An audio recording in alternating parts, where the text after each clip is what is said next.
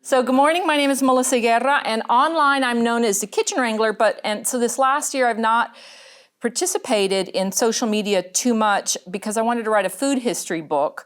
Writing a book might seem like I'm like showing off all my smarts, but what really a book is a synopsis of your journey down really, really deep rabbit holes of things that you're interested in, which is mostly useless trivia. But maybe this is just my experience as a writer, that it is what it is. But the topic that we're covering today is the origin of cuisine on the Texas-Tamaulipas border. And as in origin, I mean origin. Because what was happening, I'm really interested in food, I love recipes, but you would get to like a plate of fajitas and you're like, yeah, but then what happened before that? And then what happened before that? And there was always a way that I would go further and further back in history. And so I hope that this does not seem completely wacky, but this is where I've done most of my deep thoughts and studies on food. This is where I have gotten to. So I can't really start with our favorite recipes and simply chat about those because really our recipes are such a recent arrival in this area. So we need to return to the absolute origin. Because that's what I said I would do. And so as I'm writing this book, in the talk today, I'm roughly going to follow the outline that I established for my book. And so for food heritage, there's basically 4 elements. And the first one is what the earth offers. The second element is what human beings improved. The third is the collision of the old world with new world foods after colonization. And the fourth element is the amazing impact that electricity, transportation, and technology had on our diet. Now, I'm gonna give a little bit of a trigger warning. I have a couple of spicy words in my presentation. They're not my words, they are the words of the scientists. So if you're opposed to spicy words, then now you know. Okay, so in order to leave no stone unturned, let us go back to the very beginning of Earth's history, which started with the Big Bang 4.6 billion years ago. And so even if you don't believe in the hypothesis of the Big Bang, whatever happened, it was such an incredible force of energy to create our universe, to create all matter, that we are still living with this energy that was created by this incredible event. So our sun, the turning of our planet, the seasons, the ocean tides, those are all examples of this leftover energy. And without that leftover energy, we would not exist. And all of this excess energy affects the way that we grow food. Essentially, we tailor our farming and our ranching every day to all of this leftover energy from the Big Bang. So now we're going to fast forward 4.5 billion years, and we get to about 66 million years ago, which was an approximate time frame for when a meteorite hit the Earth somewhere in the Yucatan Peninsula. And so the resulting crater is known as the Chicxulub crater, And it's named after the closest village in the Yucatan Peninsula. And in the Mayan language, Chicxulub means place where the devil fell. Now, the impact of the Chicxulub meteorite is estimated to have been, I'm not kidding, 1 billion times the combined energy of the atomic bombs dropped on Nagasaki and Hiroshima at the end of World War II. And that's billion with a B. The impact zone stretched from Cancun to New Orleans, but a father-son team named Luis and Walter Alvarez hypothesized that this meteorite could have ended the age of dinosaurs on Earth. So you went from dinosaurs and you ended the age of dinosaurs and you moved into the age of mammals. And it's estimated that 75% of all animal and plant life around the globe, around the entire planet, were wiped out at the same era as this meteorite. So this meteorite that hit pretty close to us ended all dinosaur life around the planet. So this is not small, this is kind of a big thing.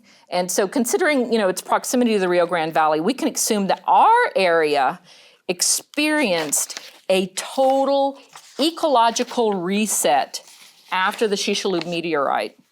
And so whatever native foods supported life, I don't mean humans, but I mean life in the Rio Grande Valley prior to the meteorite were completely wiped out and completely changed. And so I want to read a really quick quote from a writer by the name of Steve Broussat, who was talking about the Chicxulub meteorite. And he hypothesized what it would have looked like when this meteorite hit.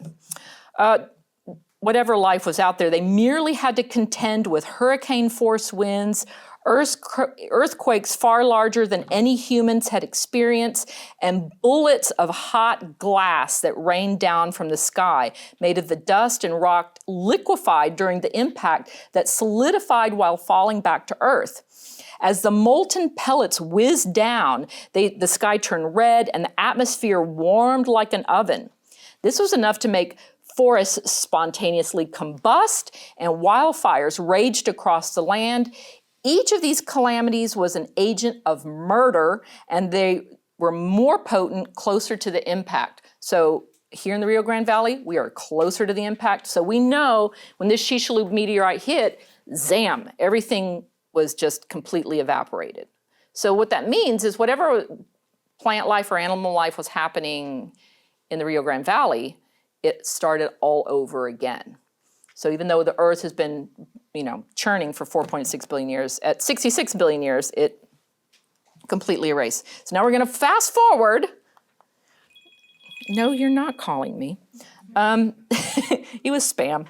Anyway, now we're going to fast forward another 65 million years, and we get to the existence of humans. This is the second part I was telling you about, what humans improved. And humans have only been around on planet Earth for about 200,000 years ago. So if you get from 4.6 billion to 200,000 years, there's a huge span of time between when humans actually were around. And not until 13,000 years ago, just put that in your brain because we're going to go back to that 13,000, did humans even get to the Americas?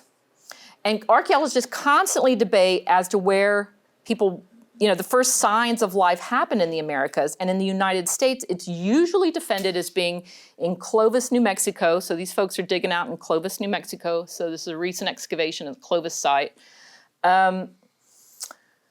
And so the Clovis scientists were really big into getting a lot of information out there about Clovis being the oldest site in the Americas. And I mean from Argentina all the way to Canada, that Clovis is the oldest evidence of human existence in the Americas, okay? So, now Tamaulipas and the Rio Grande Valley was ground zero for archaeologist Richard McNeish. And he spent his entire career searching out the oldest farms on planet Earth, and he found very early evidence of maize, and maize is the kind of the scientific name for corn. Like we have dogs, but we call them canines. We talk about corn, but we call it maize. Anyway, maize is a more scientific name. So he found very early evidence of maize near Ocampo in the La Perra cave, and he discovered that it predates Clovis, 13,000 years ago, that what he found in Tamaulipas predates Clovis by 2,000 years. Now, Clovis claims, see this little arrow? You can barely see it, like right there. Is there a thingy on here? Mm-hmm. Oh, there. Oh, foo. What did I do? No. Let's get back there. Sorry, Charlotte. No, we're all good. Are we good? There's a red button there. Okay, now I see the red button. Your laser. There it is. You see that little tiny scratch there? That, and there's another one right there. What they're pointing at is the finding of the first maize in Tamaulipas, in the Ocampo cave, near Ocampo and La Perra cave. That is the exact spot. And you can see there the La Perra cave. So he said that it was like around 15,000 years ago. So this is what it looked like. It doesn't look a lot like corn. And if you see this little thing here, this scale thing is a centimeter. So each one of those things is a centimeter. So you can see it is maybe 2 centimeters long. It's probably about the length of your, the end of your finger. So when I was talking in the beginning about humans improving plants and plant food, then that would have obviously been improved because we're not eating that. We're eating some juicy, delicious, sweet cob of corn from HEB. We're not eating that.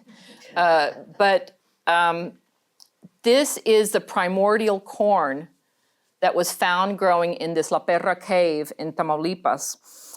And so he excavated this in January of 1949, and we are in January of 2026, so I kind of feel like this talk is commemorating an anniversary, so to speak, of the finding of this little 2 centimeter little blip of corn. And this is called, I think this is called teosinte. Yeah, this one, I'm not sure if this is exactly considered teosinte. Teosinte is a primordial grass, and the head of that would have been like the originator of all the corn and maize that we're familiar with today.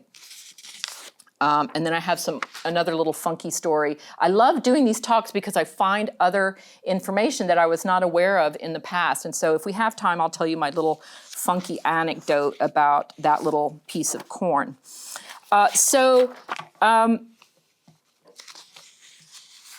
Here's where my spicy language comes in.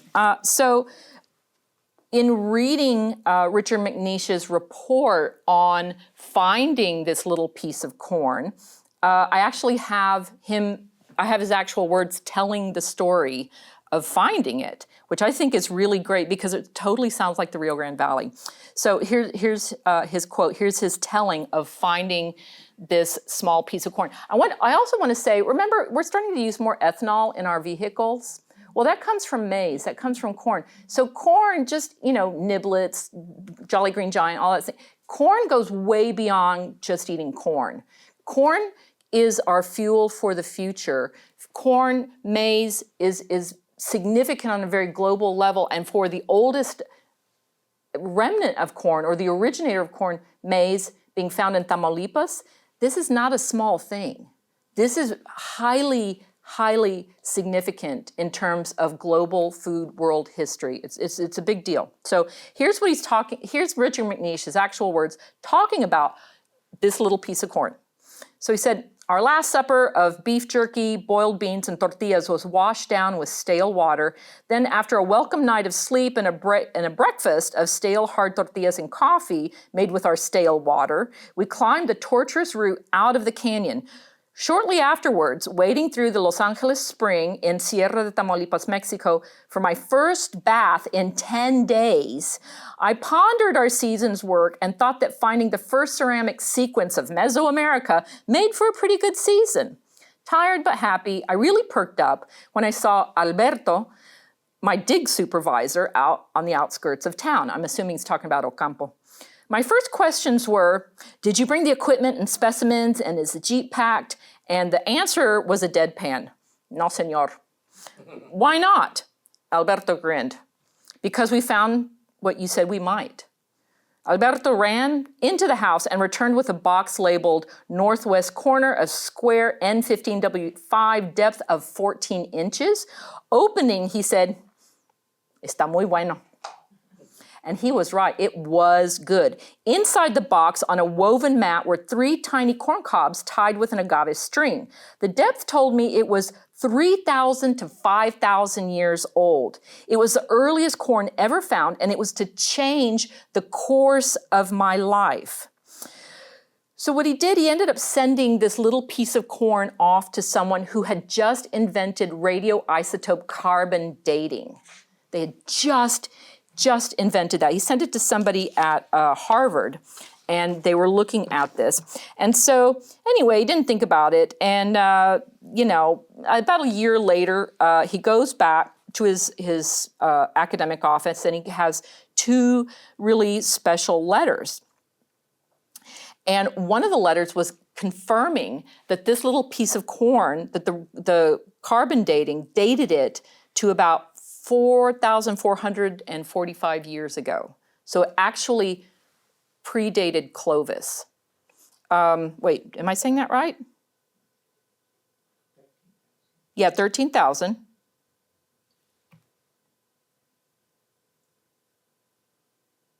Oh, no, that it was 4,000 years older than Clovis. And it was the most primitive that was ever found. And he asked if I could come to Harvard to discuss the tiny cobs. So sorry, these are my notes, but I'm not understanding my own notes. But it is that it did predate Clovis. And apparently, Richard McNeish's reaction to this finding of the radiocarbon dating was, holy shit. And that's what he wrote, not me. Okay. So this is also what he also found was these wild orchid pseudotubers, which is kind of a puzzle because did the tribes that were there at this La Perra cave, did they grow orchids or did they trade for these pseudotuber orchids? Like what did they do with them? And so we all know that vanilla planifolia, the vanilla is an orchid, and it is an orchid variety that is native to Mexico, and that produces vanilla flavor. But is that what the tribes wanted? Did they want vanilla flavor? Were they growing these orchids for decoration, or were they utilizing the hallucinogenic properties of these orchid pseudotubers? We don't really know. We do know that they were consuming them in some respect. So these were very close by to those little primordial pieces of maize that were there. Okay, so here's where I get spicy again. Many apologies, but these are not my words, okay? So here we can see more or less where Ocampo is. You see you have this little river that's coming in here, and then this is more or less where Ocampo is here. So another excavation of McNeish's was a cave near El Paso called Pendejo Cave, which is right there. And McNeish is reported to have found evidence of human cooking fires dating back 30,000 years ago. So it blows Clovis out of the water. And so I'm not an archaeologist. I can't verify if Clovis or La Perra Cave or Pendejo Cave is the oldest site of human cooking and farming. But McNeish, like this is where he was doing studies here and he was doing studies here. And if we look at the entire American landmass, you can see that perhaps these are the same tribes that were following the Continental Divide. They may have followed the Rio Grande up to here.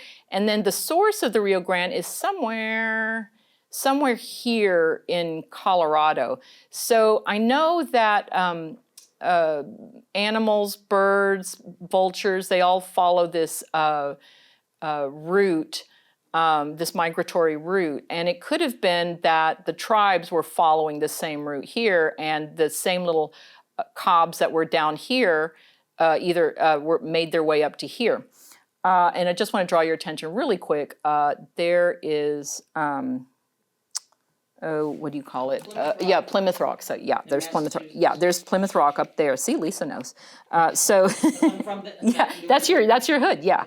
So so my point is that you should know the Rio Grande Valley, and McNeish's work is quite significant within the debate of where the oldest evidence of North American food origins is located. So evidence means cooking and farming. And, this Pendejo Cave is pretty far from Ocampo, but it's plausible that a tribe could have walked from near Ocampo up the Continental Divide to get to one of these landmarks. And I also love mentioning Pendejo Cave in my academic talks because it cracks me up on all sorts of levels. Okay. And I mean, I'm not lying because there he is. Look at that, from Pendejo Cave. This is what he's looking at. He's looking at a chopper. So this is Richard Scotty McNeish. And again, I do have another little anecdote about him.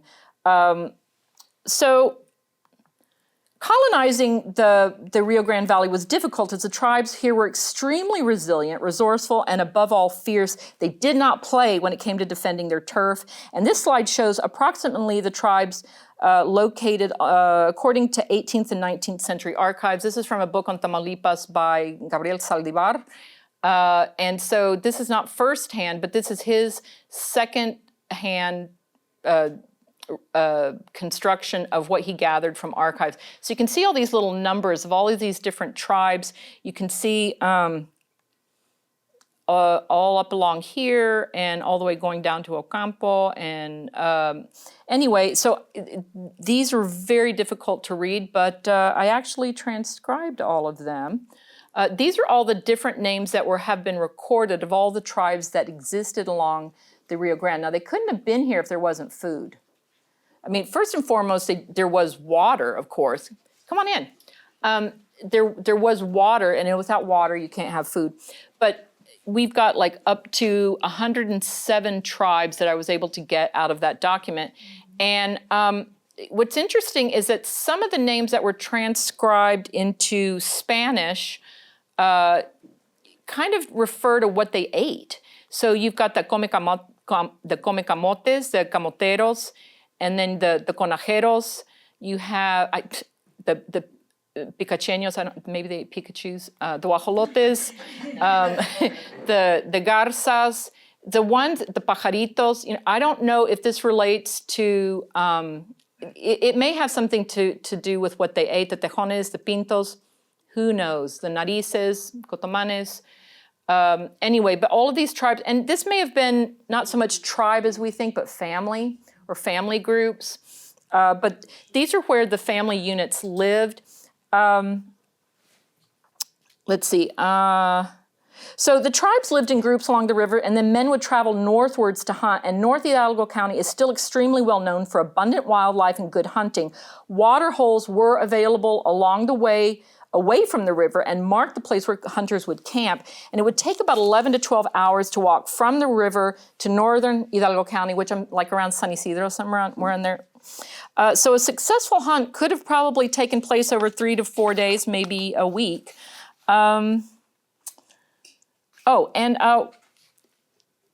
So some of the original names are lost and were replaced with Spanish names. And I have read that the name Tamaulipas actually means place of the olives. I'm not real sure of this because this is not the land of, olives like the one in your Martini olive. It is, but apparently the olive meant olive-skinned people. But I've also heard that Tamaulipas meant place of high hills, which I doubt because we have no hills in the valley.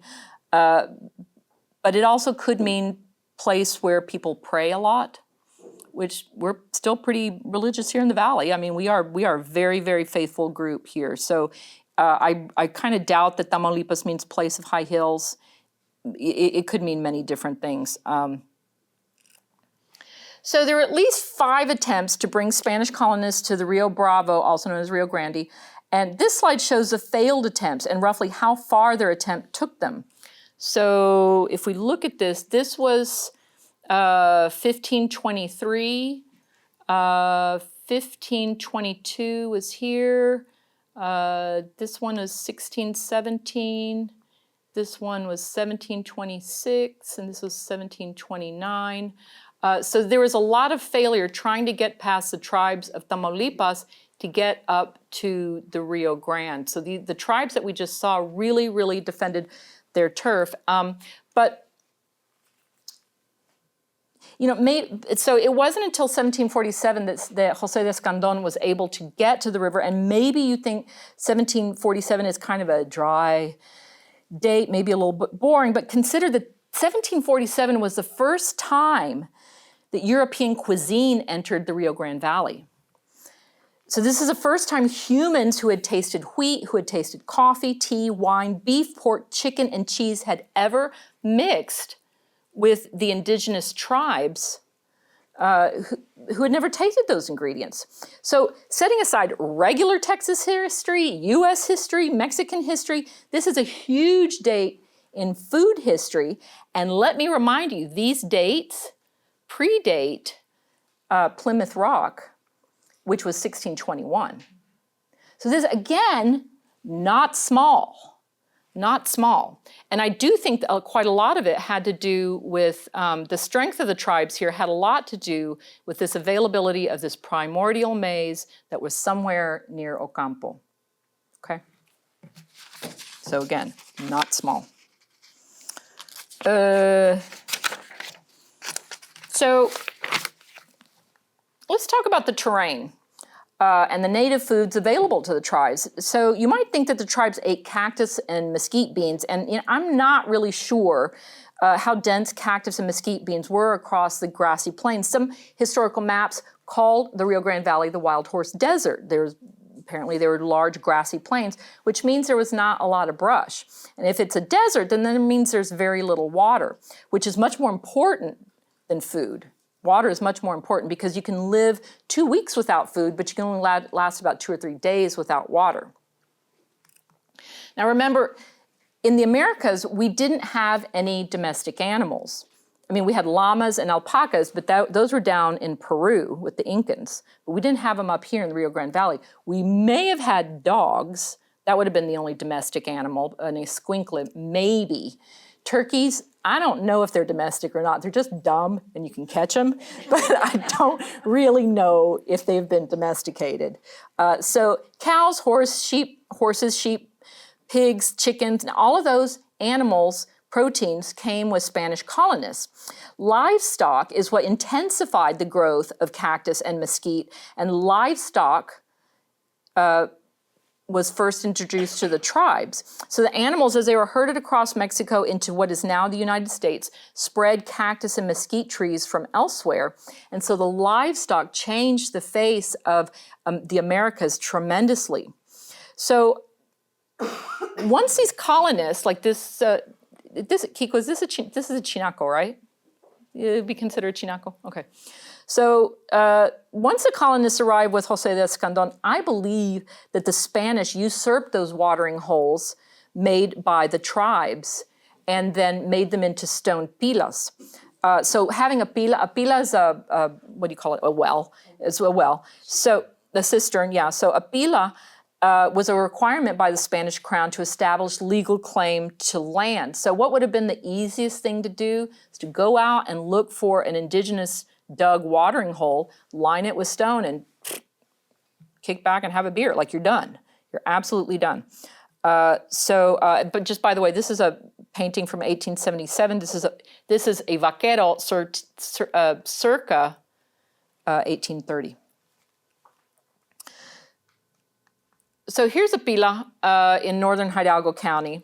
So, and you can see there's a lot of brush that's grown up around it. And so I don't have any proof of this, but as I live in ranch country north of Edinburgh, there are quite a few old stone pilas, hand-dug wells that were established by the Spanish. And notice I didn't say who dug the well, because I believe the Spanish just simply usurped the watering holes that tribal members dug, and then they utilized these holes, the tribes utilized these holes when they went to hunt for game. So if the Rio Grande Valley was a grassy plain and there wasn't all that much vegetation and brush, then a tribal person who was on foot, because they didn't have horses, a tribal person on foot could see at a distance where vegetation was growing around a watering hole. And so that would have been their landmarks.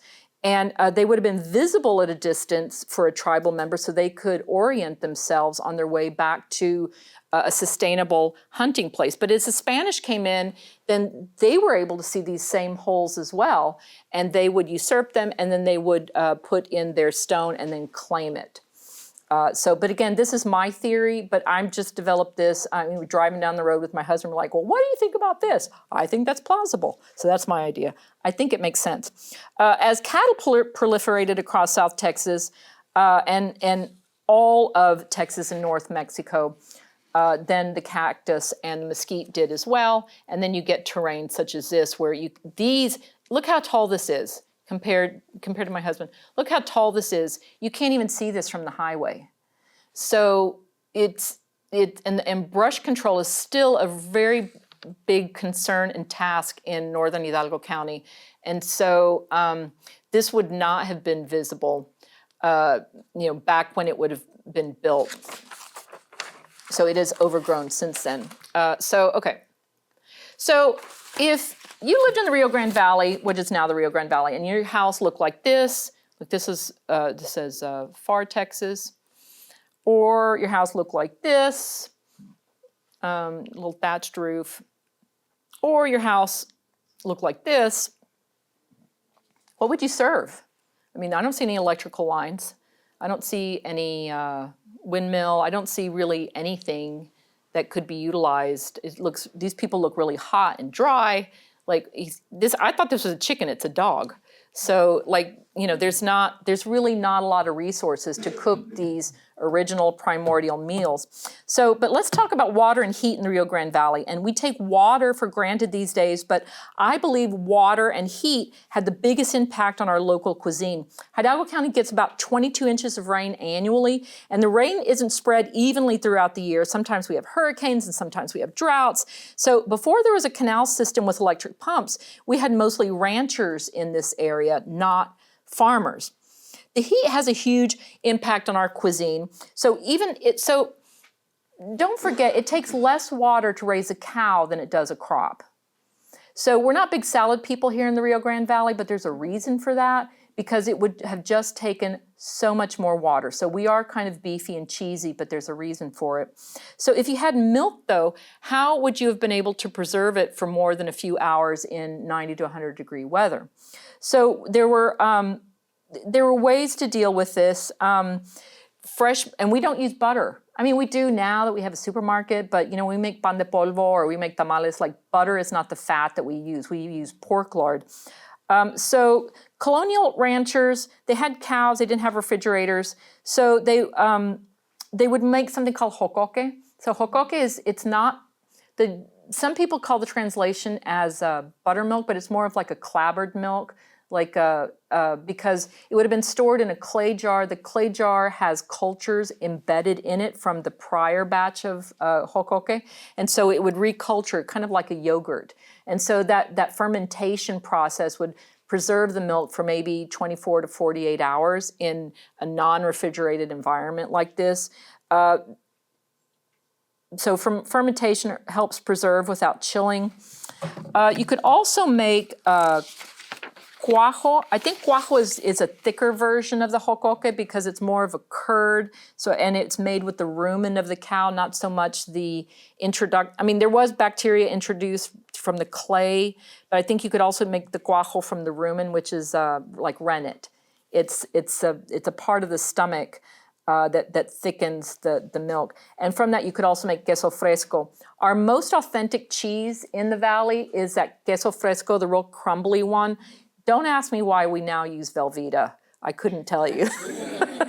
I don't know why we always defer to Velveeta these days. It may again have to do with the weather, quién sabe. Or maybe it has to do with economy. I have no idea. We still really love our cheese around here, but the way that we get it is very different than the way these folks had to get it, and bless their hearts, they had to work really, really, really hard. But these most common ingredients of cheese and beef are still the heritage for our local cuisine.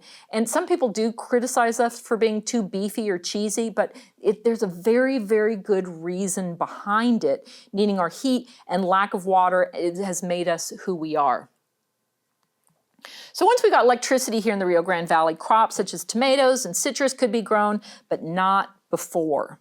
And once we got electricity, we got refrigeration, which changed everything in terms of our food.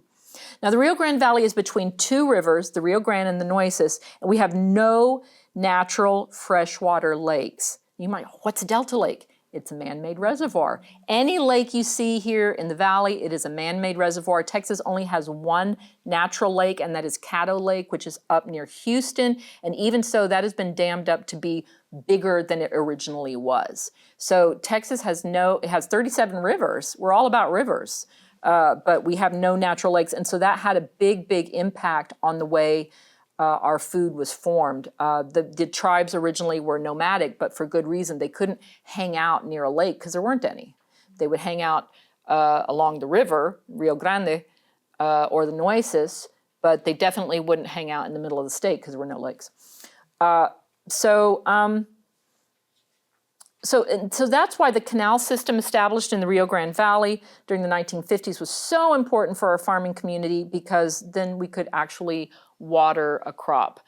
So there was a tremendous amount of work that happened in the 1950s to form these canal systems so that we could then become the Magic Valley. So So let's stop for a minute. And so I've gone through some super crazy stuff from astrophysics, archaeology, all of this history. And so what does it have to do with cuisine? So there has to be a solid reason why Rio Grande Valley recipes don't rely on butter from cows or camels or yaks, or that we don't really have wine from grapes. And there has to be a reason that we don't focus on wheat or sweeteners like maple syrup, and coffee and tea have to be brought in because we don't grow it. But any place in the world, the foundation of cuisine does not start with what we like to eat. Never, never does. Never. Cuisine always starts with what we have. First, humans find food, then humans improve food, then trade for food from other places. And when they start trading is where cuisine and preferences begin. Now in the Bible, there's this concept of the land of milk and honey. But does anybody know what the land of milk and honey is? It's farming. It's farming because it's a promise of less work and more food. It's a promise of abundance. It's a promise of lower infant mortality because your tribe isn't constantly relocating and you're not depending on the hunt for survival. Had the early tribes been able to create a canal system for water in the Rio Grande Valley, they could have farmed and perhaps grown more vegetables. But if you've ever tried to grow anything in the Rio Grande Valley, you know that is a really tall order. It is so hard, especially with no electric pumps or no windmills. And so early tribes subsisted on game, small harvests of corn, and perhaps trading with other tribes for dried foods such as chiles, beans, maybe dried fish or shrimp, or really anything dried. And gourds and pumpkins can last 3 to 4 months. Like a peach will last, 3 hours? It doesn't last very long at all. But all of our foods are very, very much rely on their shelf stability in heat and drought, and the ability to grow them in drought. Let me see, I got lost. I was getting so excited about pumpkins. So today, our local ingredients still match those of the tribes: the wild game, chiles, beans, corn for tortillas, squash, and pumpkins. But then we also have an affinity for shelf-stable dried ingredients that the colonists brought, like rice, coffee, lard, sugar. And so once we got electricity in the 1940s and 50s, then we became the Magic Valley, able to grow anything with water pumped from underground and from the Rio Grande. So in terms of food, the biggest changes to native foods in the Rio Grande Valley was the arrival of colonists with their livestock and the arrival of electricity, which gave electric water pumps and electric refrigerators. Most people believe that our most authentic RGV food is a tamal, which I agree. I absolutely agree on that. But you can't make the recipe version that we enjoy without pork lard, pork meat brought by the colonist pigs. And if you like garlic in your tamales, that was brought with colonists as well. So what we consider really authentic here in the Valley, it absolutely is. But it is not without the influence of prior eras.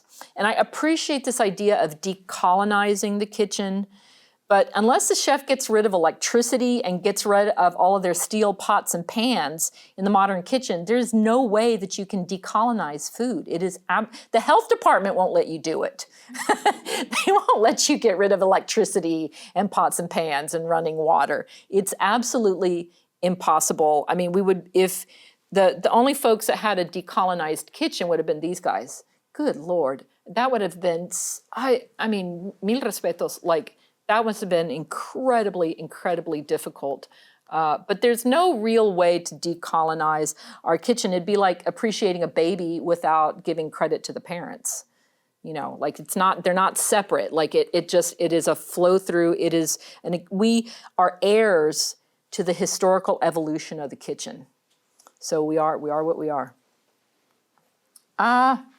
Let's see. So this is kind of a smorgasbord. I used ChatGPT to put this together. I am so thrilled with ChatGPT. I have found so much stuff through ChatGPT anymore. So this is kind of our favorite dishes.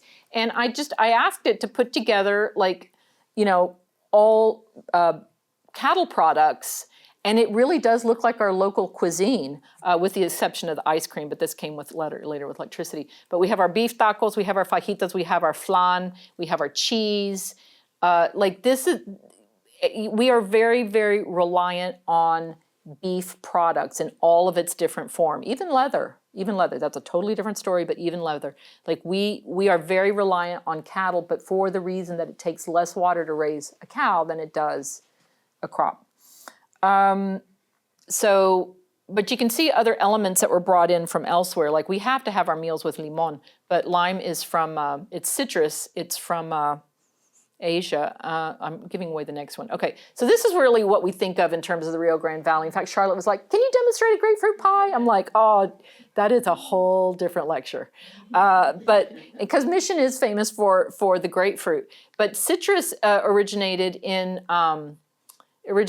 Asia, and it was brought in because it could grow here. We have great, great sunshine. So even though, this is an old postcard, it's what we think of in terms of the Rio Grande Valley, but it is what we can do now, but it was something, it's fairly recent when you start talking about 4.6 billion years. Another thing we really love here is beer. Lord have mercy. We love our beer. But we can't produce it. We have to get it from elsewhere. The only beer that I know that was produced locally, and this is a family story, my father-in-law used to grow sorghum. Sorghum is a dryland crop. It's a grass from Africa. And he was able to grow, he grew a lot of sorghum, and all of it went to the Cuauhtemoc, Cerveceria Cuauhtemoc? So it all went to the beer-making companies in Monterey. Mexico and Africa are the only two areas in the world who make beer from sorghum. But there's a reason, because sorghum grows really well in Africa and in Mexico in dryland crops such as this area. So even though we think, oh yeah, we really love our Miller Lite, there's actually more story to it, especially when you start looking at Corona, Indio, Bohemia, all of those beers. Like they do have some. I think it's the Bohemia that has the sorghum in it. So we still have. We drink a ton of beer here, but it has a really, really incredible history. Hey, what am I doing? Okay, and these are other products that we cannot survive without, but they're brought in from elsewhere. So we have tea, from tea plantations. We have coffee, that is, coffee plantations, and we have sugar, which up until recently we were growing sugar here. Another thing that was brought in though was, and this ChatGPT just threw this in there, but I'm like, thank you, ChatGPT, that's a good point, is the people that were brought in to work the cane, because this is the only thing that we could actually grow here, but not until we had pumps that could pump water from the Rio Grande. So our cuisine does rely on foodstuffs that are brought in from elsewhere, but that does not make it less authentic. It just means that is where we are in terms of our culinary evolution. So, and I was asked to do a small cooking demonstration, which I couldn't do the pie. I can, but it's a whole different ball of wax. So I could only think of one demonstration that I could show you that would be somewhat decolonized, where there's no colonial influence. And I brought my molcajete. And if you're not, so you can see on the table right here. Charlotte, can we do...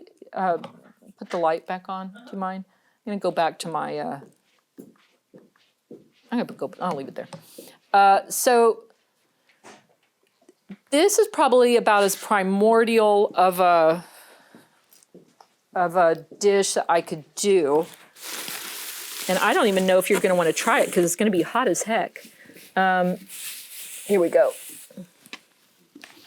So this is, one of the things that we have here in the Rio Grande Valley is chile, and we have chile piquin, which is, remember how I was showing you the teosinte, the little tiny maize?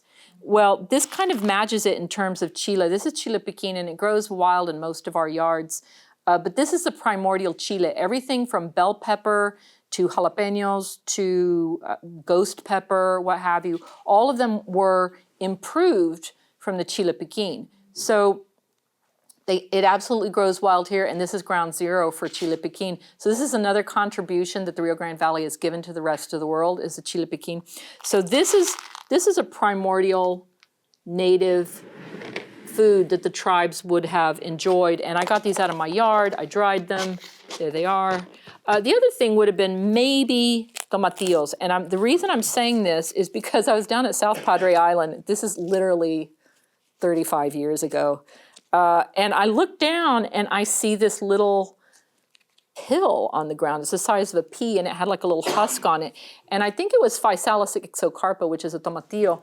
It's something out of the nightshade family, but I mean, everybody calls them tomatillos.